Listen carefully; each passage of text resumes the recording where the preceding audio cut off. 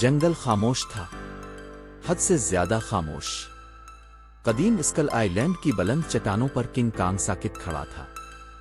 इसका वसी सीना आहिस्ता आहिस्ता अलफाटे रहा था, जैसे खुद जमीन सांस ले रही हो। सदियों से वो इस सरजमीन का बादशाह था। हर मखलूक इसकी गरज से कांपती थी, हर साया इसका था। मगर आज रात जमीन लरजने लगी। मम्नू वादी की गहराइयों से, जहां कभी खुद कांग ने भी कदम नहीं रखा था, कुछ जाग अलफाटे। जंगल में एक आवाज गूंजी, धूम धूम धूम। दरख्त तिनकों की तरह टूटने लगे। परिंदे खौफ से अंधेरी रात में अलफाड़ गए। कांग ने गरोआहट भरी। धुंध के पर्दे से एक ऐसी मखलूक नमूदार हुई जिसे दुनिया मदूम समझ चुकी थी। आखिरी डायनासोर।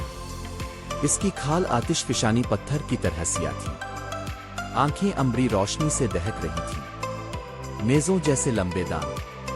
ये कोई आम डायनासोर नहीं था। ये कदीम अल्फा था जो आग के दौर से जमीन के नीचे कैद था। ये जजीरा दो बादशाहों का मुतहम्मिल नहीं हो सकता था। डायनासोर ने धाड़ मारी, पहाड़ लरज गए। कांग ने जवाब दिया।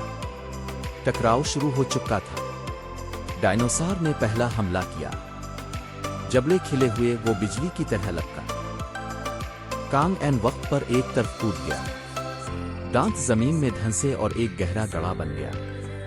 कांग ने एक गिरा हुआ दरख्त अलफाटे आगे और बलुई की तरह घुमाकर डायनासोर के सर पर दे मारा। कड़िक वहशी लड़खड़ाया, मगर गिरा नहीं। अचानक इसकी ताकतवर दाम कांग के सीने से टकराई।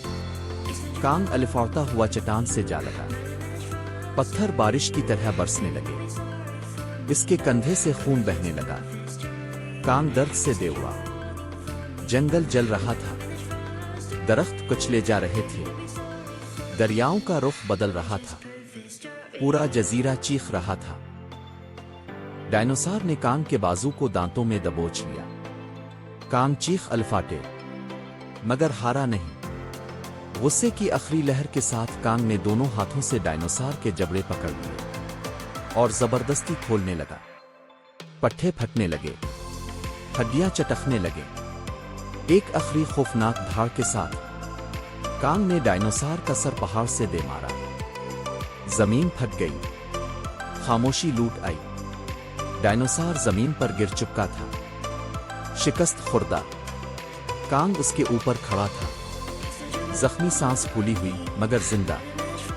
जजीरा महफूज था। फी अलहाल सूरज तुलू हुआ। कांग बुलंद तरीन चोटी पर चढ़ा और ऐसी गरज के साथ धावा जो पूरी दुनिया में गूंज गई। ये एक इंतबा था। सिर्फ एक ही बादशाह है।